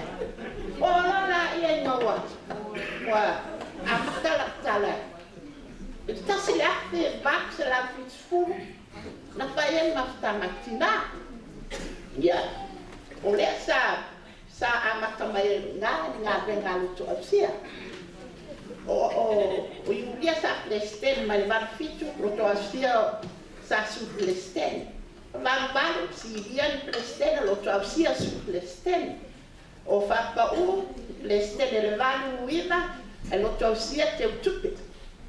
Le tasiate i le sefulu o suan plesten, LOTOAUSIA su plesten. O mai i le matasi, LOTOAUSIA plesten. Ngā renga nei a LOTOAUSIA te avatua. Ngā renga nei a avatu. au wa foi pa wa ndo le po e le ko fa lo se nisi mon ma ya lo tausia o le iva tolo prestene lo tausia o mai I le iva dima lo fa pa u prestene lo tausia sui o mai po I le iva ono o lo fa pa u prestene lo tausia sui o le tofi umane le o ya lo tausia o le iva fit o fa pa u fo sa prestene e su lava lo tausia ya o mai o le iva fit lalia sa atai ini nga lo tausia ile to maftanga tina oa o peio o ana faso na de sta ale se eu for tem me bad ni vuelta va tu folio si para mai ele excusada mas sta ya hasta mai ile por mau le na verma a LOTOAUSIA todo le macho maftanga yo ya o se tina loto maula se tina tele mele den fai ni tina to tono matu mafta ya e o pere se simon ma ana na matu au le taua o la mon ma te o sale ni po ya manuia le tato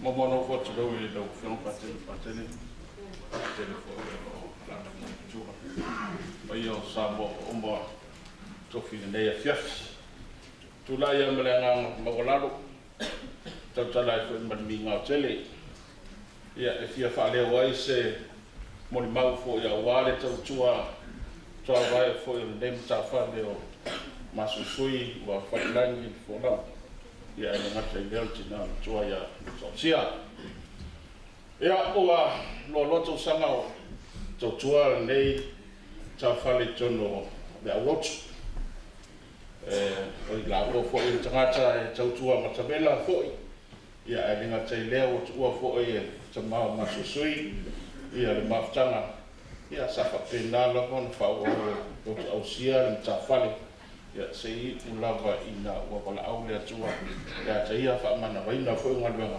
ya o be o ia fa wau le mta fale ele pa u se me fai la lot e moli mau ko ia moli mau sa uma tunei o se tangata fo e loto foa o fo ini fainga la fonga fo ia au loto mole atina ina te mau ai ngā lau loto.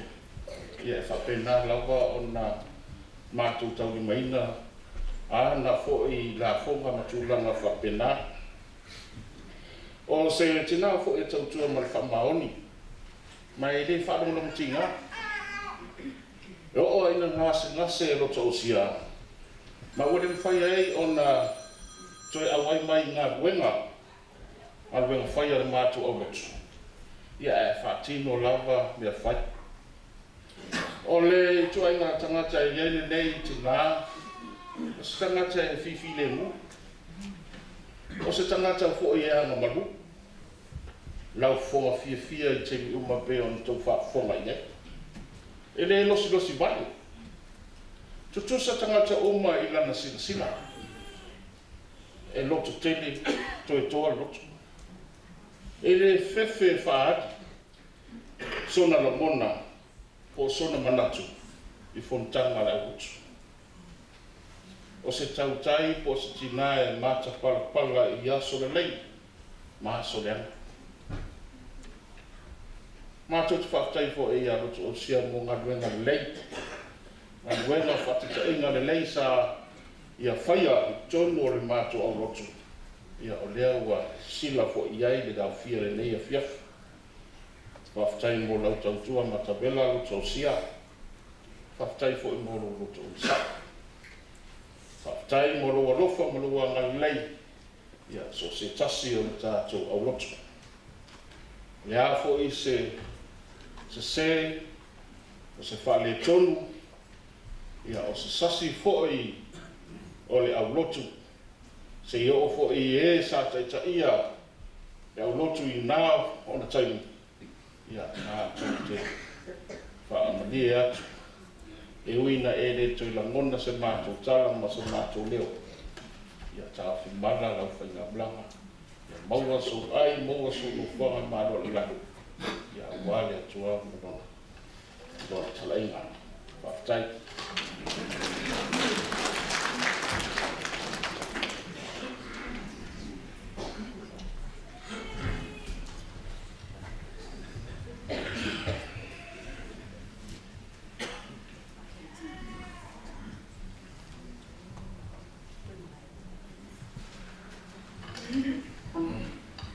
O le amamalu ia le aitu le o mo mona o whātulou le whiaro tātou wali whaoro le no whanau e whuri tinapa I o malia pa pe whanau sa se tua le tatai o sauninga e me se whuri o ki sauaro tātou malaiola no whaprestele I ka pe foi lo fionga le tamale ka le sia sa tutoni e nei fa moe moe sa pele de ngalo le tatu tinati o le heu nei tu la fiat e me se pai ai na lua o mai masani tatu mafuta le nei po o te tutonu a vela fala ai fa tai mo ma tu a noa ma tu e asina upupu ko se na fa tai Pei au masui le fionga ia kātele Iosefa o le tamā whanenganga o le tātou malaiola. Ia e meise le tātou mawhitanga I malaiola. Ese ma le māta o fio mo le mau le nei aso. I la nona nwai mo le mau le whanau. Ia e meise foi mo le mau le ainga. O me ia lau tō whātupai. Ia le mātou mātau le nei aso. Nā lawai ma la ua le tō ainga o hani. Ai whaafitai hoi, mori mauma lau tau singa peo nai mori maua I nei tū la fiafi. Whaafitai tau se matua peo lei ai le whaamoe moe. Le inga, ia nena māso e li whaamata whauoina se mātou whaamatalanga. Rau tō manuia le nā, tai o tō mātua, tau tua matavele tonu le ekalesia. O le matau po le fia nei o sa ninga fala aingo o tulai pe nei man. Foi se moni mau whaapitai al malaiola. Ia nganga whaangai tia ia tea. Tano whae le tō tele o le tātou e kalesia al malaiola o whae langi le wholanga. Ta māma tina e sa sia le ngasua le tae au le tō whainga o le tātou ngā wenga peo na ia ni wha moe tālofa. Ia tau ia na ia alofangia le tua maua se no whanga o le eni pahalau lio I lātou ia mua pe o le iani tātou mawhtanga o nei lawa I tu la fiafi mātou whaapitai nei nenga ma ia tu tau le whanau o nei alofangia le tua whaapitai whanau tau pito la au o sangi ngai matua o wale tau tuaina o le tua malonu whilingaru pe o le mori mawinga le telo mori mau mātou o whiu le nei aso whaasilisili le arofa I mea omo tonu ta yala lea mo tātou umalawa nei asa. Ia whaatai ma sa mātou leo, ia, sia, o ina ia manuia le whainga malanga, whangia le tua, ia, maua se no whanga, maota o maia o sa nia mo tātou umalawa. O nei, ia o mātou a tae au, ia I lo wamu ma whaalawa, manuia le sa nia whaatai ma ngā.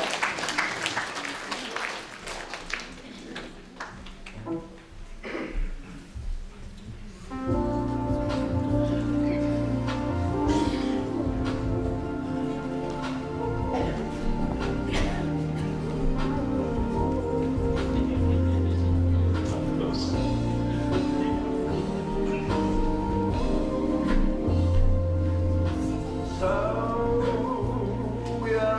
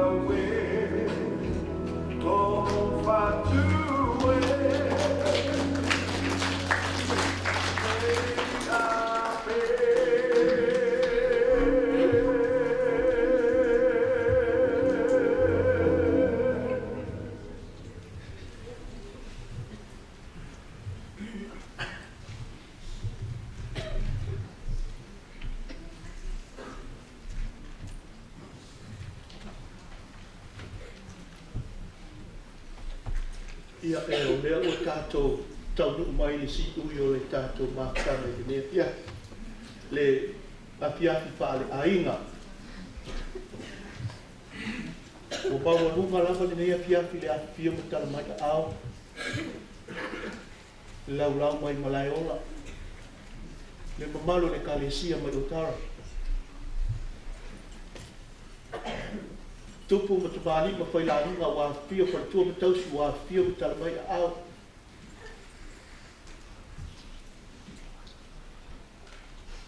Le mamalo le kalesia e pele ia LOTOAUSIA. I wore ngata I lea wō mai masana tātou iai e nea piapi. Ai mai se rawa mamalo a inga ngaliwa. Lea wa ia ata o tōu alofa. Ina o LOTOAU le alo lava ia tau le niu. I le malu ua le nea piapi. O le atu wha maloma le whakatai mo le mau mata mo fie. Ai mai se le whanau. Grandchildren, great-grandchildren of Sia. No doubt, Nana, grandmother, she loved you so much. And thank you for all the good things that you have done for her. Great woman, great mother, great grandmother. And we have to ask the Lord to continue to look after you.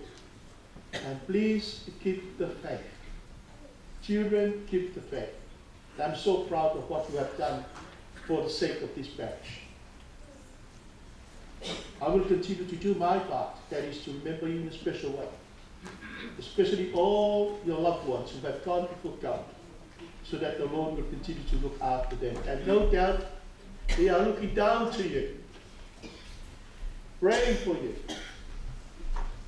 as we journey throughout this life. And just keep in mind that God loves you no matter what. Pamanuia le tua ia te o tō uma.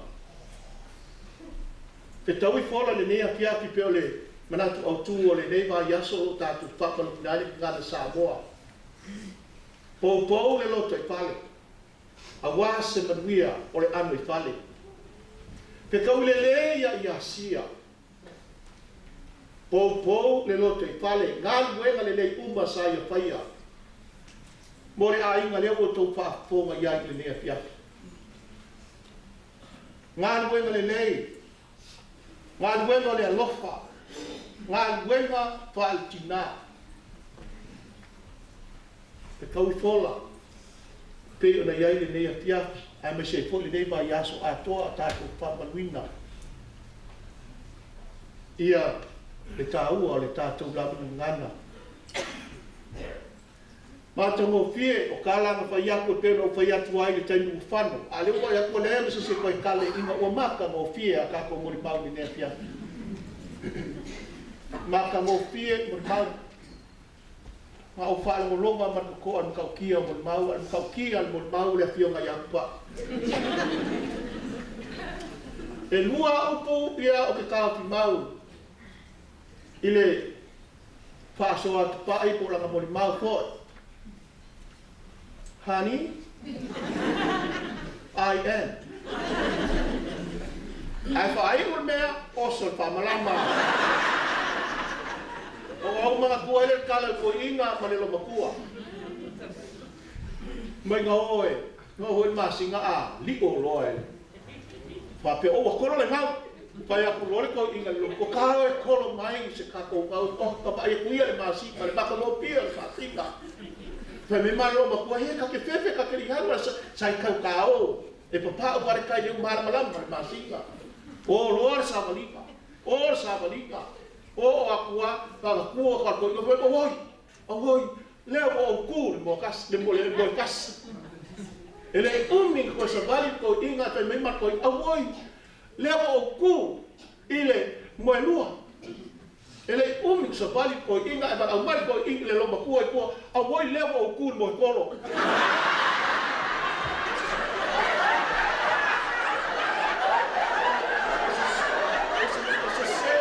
se la upo era pa ya o mo kolo a le mo kolo o kawa ya no ma ba mo mawa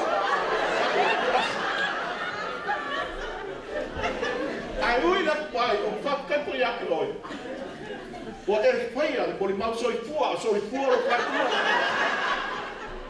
oka le maka o pia le ko ka pai lava ia se boli mau le o fa ko no malo a ingo le ko le nge pia e kusai ma o le ia fi pale a inga e o sa o ia sea ile kulanga o la e fia ia e te aka I kala fa pe nei ma kulanga o te fa pe na fai mai o se ainga pia o lo ia Yesu pe pe sai ka mai sa vai ia Yesu I se vai o se ainga o le ainga I ka ko nge pia o ka ko fa so mo ka ko ko e inga ia mo moli ia ko se pe au mo moli mai se pe au ia ka ua o le fale tua le tina nei ia loto ausia ia kaya ka ko kaula mo ia sa la ko fa ko se kale la aba ai o ko wo ko lo nga ia ko sa o ko nga sia ko wo de sam o ko lo ale mo ko lo ai inga ia ma fai o mangingo I lau sida malaki o kilo leo inga komu o le ngeia fiafi whapekai a pio pakala mai ka ao ua mau ni ngai le aso parekua ia loto ausia whamuia le atua le nea fiafi le malu ai nga lua ai maise le nofo alu whapekai no ngā luenga le lei uma sa kou whaia mo ia ai maise po ngā luenga sa ia whaia mo o kou se mea I ngā pia ai opa ai aku ua sa babali lau whanau I vitala le lea. O le aunga ngā mele whamungono manu le ainga wā whia mukala mai ka au. Whapekai o kou whakokua, whapekai ngā luenga le lei uma a wala ki ngā lea. E ka le sia, ia le asis kala o whaia. Lele uofo pele mai whai sea ni ne aso. O le aso o, le whau mai whau. Whapekai, ngā ruenga nei po I sa au kou whaia a wāti nā nei ki kere o tau sanga whapekai po mulu mau ia sau. Se o whai po I au kamala e sau po I whai sau skopi si o plan le whai maharu koro koku sau ia whai a pio mai makala mai a whai la si la uma kupai o kōrua le pia sau whai la koku si o te ao se kai. Ai whamuia le kore ngea tiafi Paduia le tua le aso taia o le apa se pulu tatu misa taia sa o le apa se pulu taia o tatu misa taia ia pio mata mai au tatu te toi pa vai I tina nei I le tau lunga o whainga mea o le tau rana pa ia leo misa whapetai le tua I le mea lofo o tina nei suka ia leo koe lo mai a o sea o le skutas ia taia o le a Pai ele tato ni sapa tai se mo longo mai ia famia le tu le nia tia ala pai le tato salinga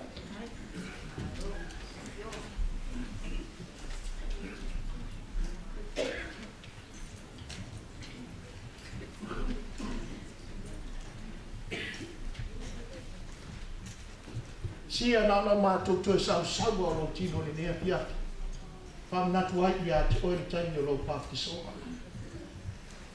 e taimi na avea oe mau nā whine whakitai I lo whakrotua.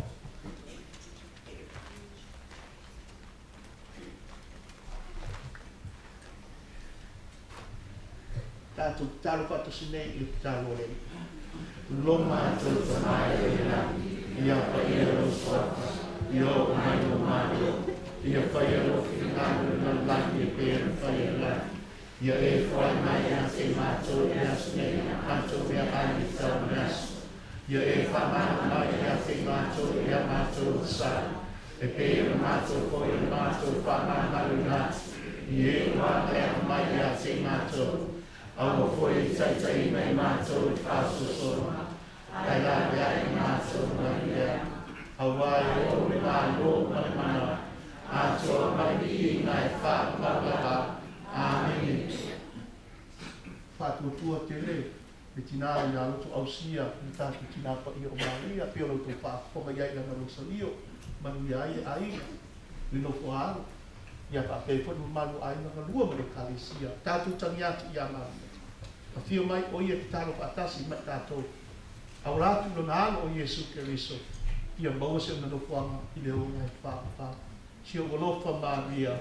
Tu oi kasia, oi ate oi ei, Maria oi finema, Maria oi Yesu e folo wa, Maria pai ai tina le tua, e ta se mato trakansa, Iona pone me tua so mato o tia. Ole di ingal tema lealo bale anganga pa ia. E ri na saya sama fa te foi o na so mai fa la amen. Leo mato putu mai le so ni pia mar mato fa mo o ena e fai mato. Na e fai fo i lo wa ko pindei. Na e fo ia te ia leo o e fo i to a e sia lo na ba ia te ia. Dai le tua le me alofa na ia LOTOAUSIA ye avatu o ia ma tu ma o leo lai pa va pa ma tuia ni no foalo pa pe to ai na lua ai mai se ma le kalesia o mai masai wa tio ma tala mai au i lo sua pa Yesu o ma tu va au tua e fa ba la ba ka tu la i ta tu pa ma dia ia pa tasi de li mo to lingi mai longi pa ma dia ngale tua lunga ia to malava i le fia i de sua fol te ma malea na pa ia mo i o tato sa minga na ia o to i le fine ruo ke viso Yes, right, outside. mo ia la pa le fia